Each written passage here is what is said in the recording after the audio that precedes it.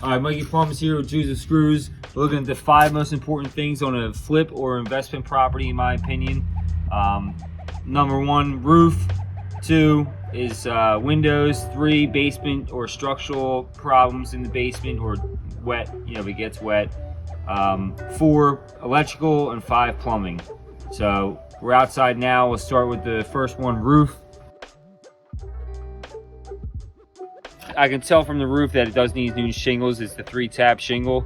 It doesn't look in good shape at all, but luckily this is a small roof. It won't be expensive cost to have it re-shingled. So that's a tough one for newer investors to look at because most people aren't going to be bringing a ladder with them or anything. So yeah, but you can back up and you can look at it and you can get a general idea of it. You can also ask the last time they installed a roof, right? Well, it says it on the seller's disclosure. Right. So most of the time it says it on the seller's disclosure. Something to keep an eye out for. But so we come in here now.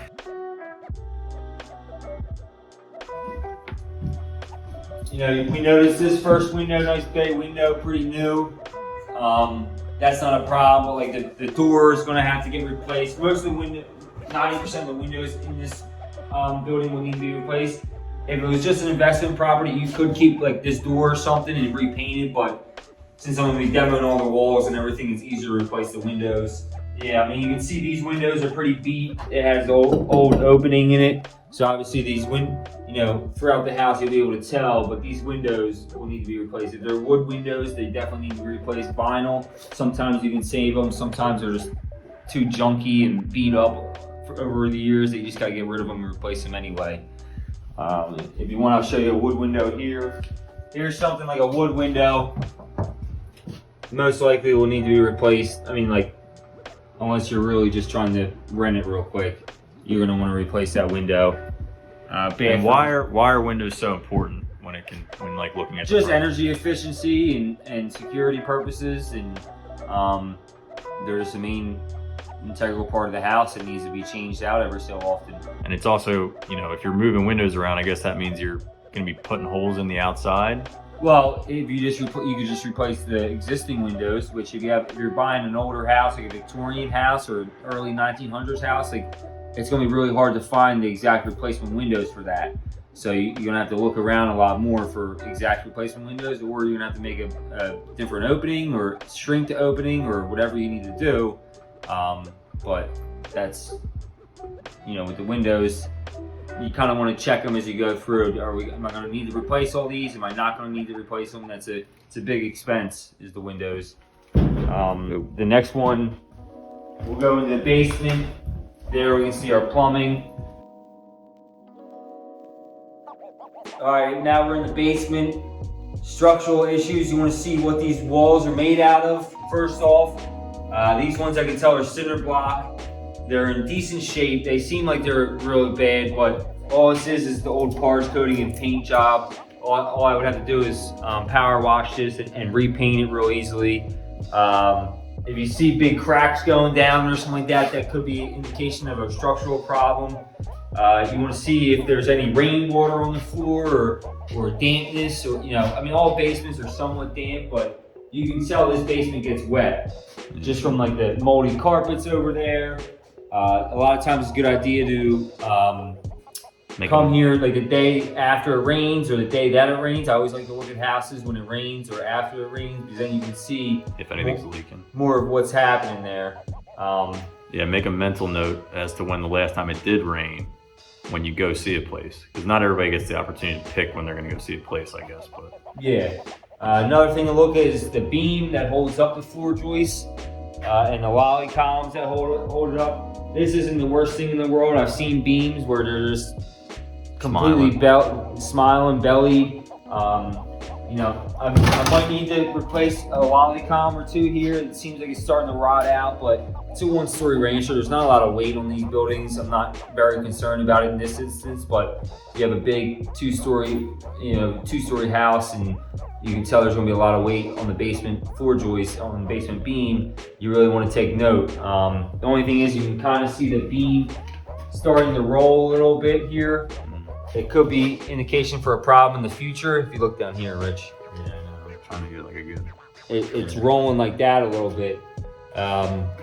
But also you can look for termite damage. I like, especially in the basement because that's the lowest point. You look up in your floor joists, take a flashlight while you're here, look all around the basement, look to see if you can see any termite damage anywhere. Down here, I can see termite damage right here. So whether it's present or it was old termite damage, and it was termite damage at some point in this house. So that's. Is that another thing that they have to put on the disclosure if they had it termite treated?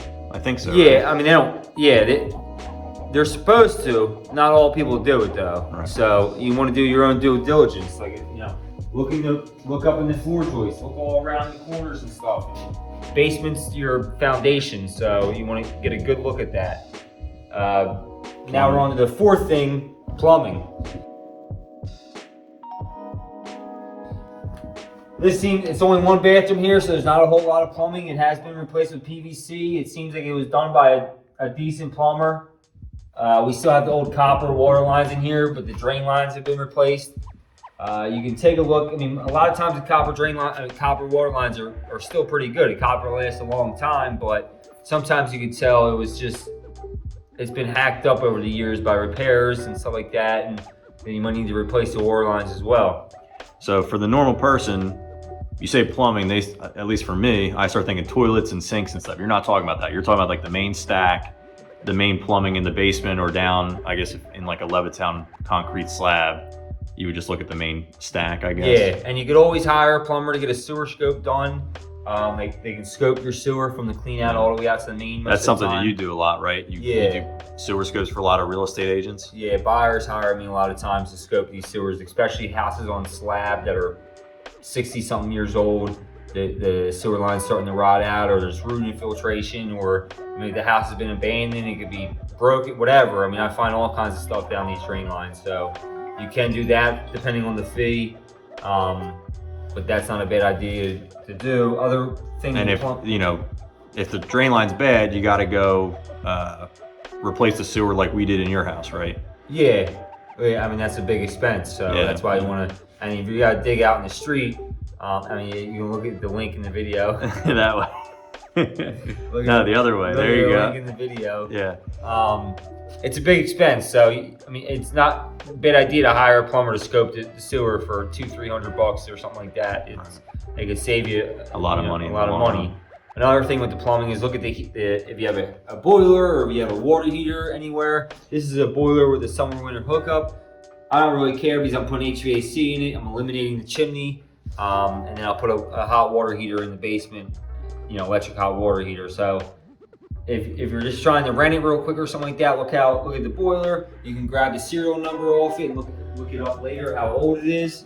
This is hard to tell because it's all rotted through, but usually there's a serial number somewhere on it. Get the brand name and the serial number, and most of the time you can look it up. Especially with water heaters, I know for a fact you can do that, but that's not a bad idea to do as well. So that's plumbing. Now we're on to electric. Always look at the panel downstairs. We just recently changed out the electrical service, but so this is a brand new 100 amp service because we have gas here. We don't need 200 amp, but a lot of times you have this type of panel, you can tell what size it is by looking at the number on the main breaker. So this is a 100 amper. If it's 200 amper, it will say 200. Look at the wire coming into it. Make sure it's not shredded up. This big gray wire that goes into the panel. And then the wire that goes outside to the electrical Pico tie on, like at the top of your roof or the corner of your roof. Make sure that wire's not all strained up and beat up and stuff. Pico's our local electrical supplier. Yeah, so you want to look at that. Also, you can look at the wires coming out. Obviously, like this is an old, outdated wire that probably needs to be where is that going to? Changed. That's the stove. Oh, okay. That would definitely need to be changed out. There's some new wiring in here, but it's important because if you have, especially if you have old knob and tube or something like that, that's definitely want to get that replaced. You have to get that replaced. But some of this old strain wire and stuff, it doesn't have a ground in it. Especially if you have a UNO in your area where electrical inspector comes in and checks the outlets, make sure they're grounded and stuff. That could be a big expense. What's UNO? Use and occupancy. So it depends where you live. Sometimes they have it, sometimes they don't. But make sure you always check that. especially the panel and all the wiring that you can see going to things. So those are your 5 things to check, the 5 most important things to check when buying investment property or buying a flip house.